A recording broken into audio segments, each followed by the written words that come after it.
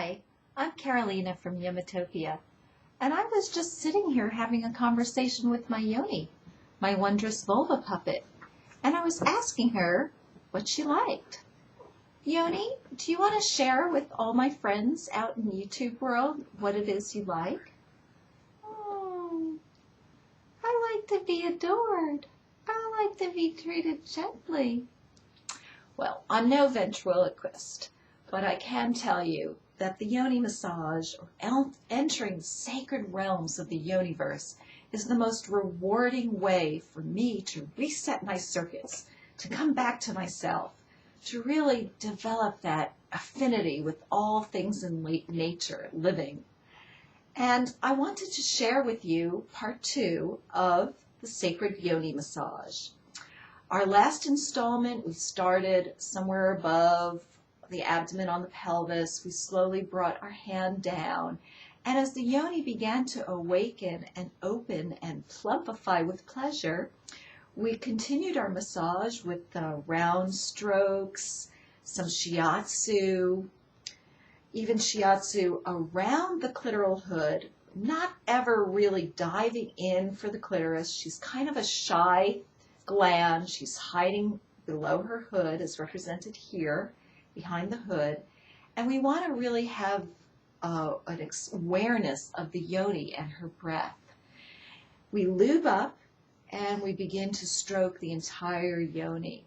As she becomes ready and breathing and receptive, we might bring our glide our hand down and slowly feel that the introitus, the opening of the vagina, is actually inviting us in. It's then that we allow the yoni to suck our finger in, and we begin to try some strokes. Some circular strokes are very enjoyable.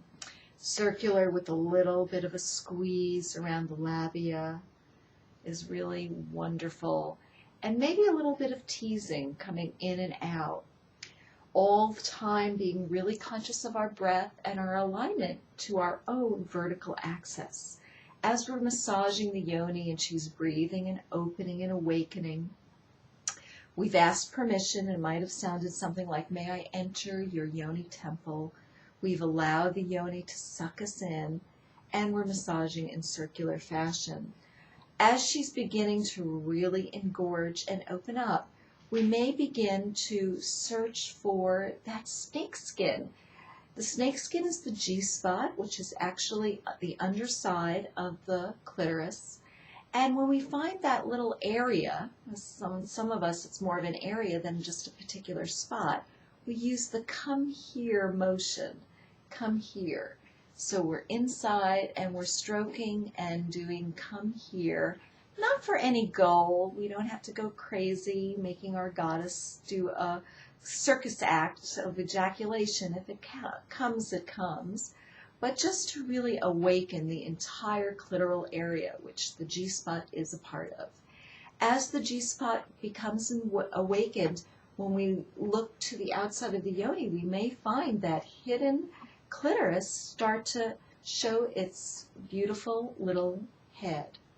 And it's then that we can begin to massage the clitoris. It feels really good to massage the clitoris and the G-spot at the same time. And the clitoris likes very light, like the pressure on the surface of an eyeball. That's very light. So maybe that's a little different than some of you fellas have been doing. So you might want to try this on really light and awaken her into undulating waves of ecstasy. So when we're working the G-spot and the clitoris together, you might find that she begins to go into deep levels of bliss. My recommendation is to slow down, invite her to breathe, because here our goal is to navigate through the Yoniverse and not exactly to climax. That might happen, but for now we're just taking our time so she can become really familiar with her own inner terrain.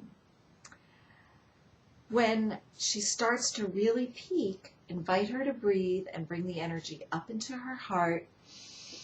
Rest your hand gently upon her yoni, her sacred flower, and just watch as she travels deep into waves of blissful self-realization.